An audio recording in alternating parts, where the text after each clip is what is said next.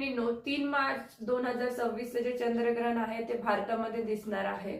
तर याचा जो टायमिंग आहे तो म्हणजे हे ग्रहण जे आहे ते दुपारी 3:20 सुरू होणार आहे आणि संध्याकाळी 6:47 हे संपणार आहे.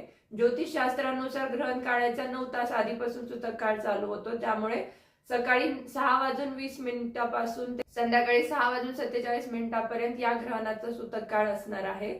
तर प्रेग्नंट स्त्रियांसाठी जर बघितलं तर ग्रहणाचा जसा डिरेक्टली बाळावरती किंवा आईवरती असा काही परिणाम होत नाही. पण तुमचं मनशांतीसाठी जर तुम्हाला सूतक काळ पाळायचा असेल तर काही गोष्टींची काळजी घ्या.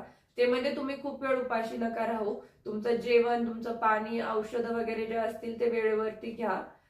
पुरेशी विश्रांती घ्या, आराम करा. मनामध्ये कुठलेही निगेटिव्ह थॉट्स येऊ देऊ नका. आणि मग तुमचं जर मन शांत असेल तर बाळावरती त्याचा नक्की चांगला परिणाम होईल. मैत्रिणींनो, 3 मार्च 2026 जे चंद्रग्रहण आहे ते भारतामध्ये दिसणार आहे.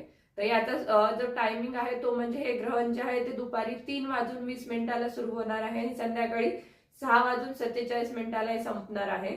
ज्योतिषशास्त्रानुसार ग्रहण काळाचा 9 तास आधीपासून सूतक काळ चालू होतो. त्यामुळे सकाळी 6:20 पासून ते संध्याकाळी 6:47 पर्यंत या ग्रहणाचा सूतक काळ असणार आहे.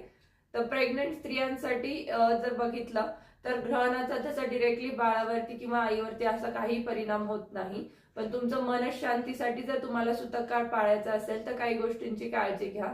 ते म्हणजे तुम्ही खूप वेळ उपाशी नका राहू. तुमचं जेवण, तुमचं पाणी, औषधं वगैरे जे असतील ते वेळेवरती घ्या. पुरेशी विश्रांती घ्या, आराम करा. मनामध्ये कुठलेही निगेटिव्ह थॉट्स येऊ देऊ नका. आणि मग तुमचं जर मन शांत असेल तर बाळावरती त्याचा नक्की चांगला परिणाम होईल.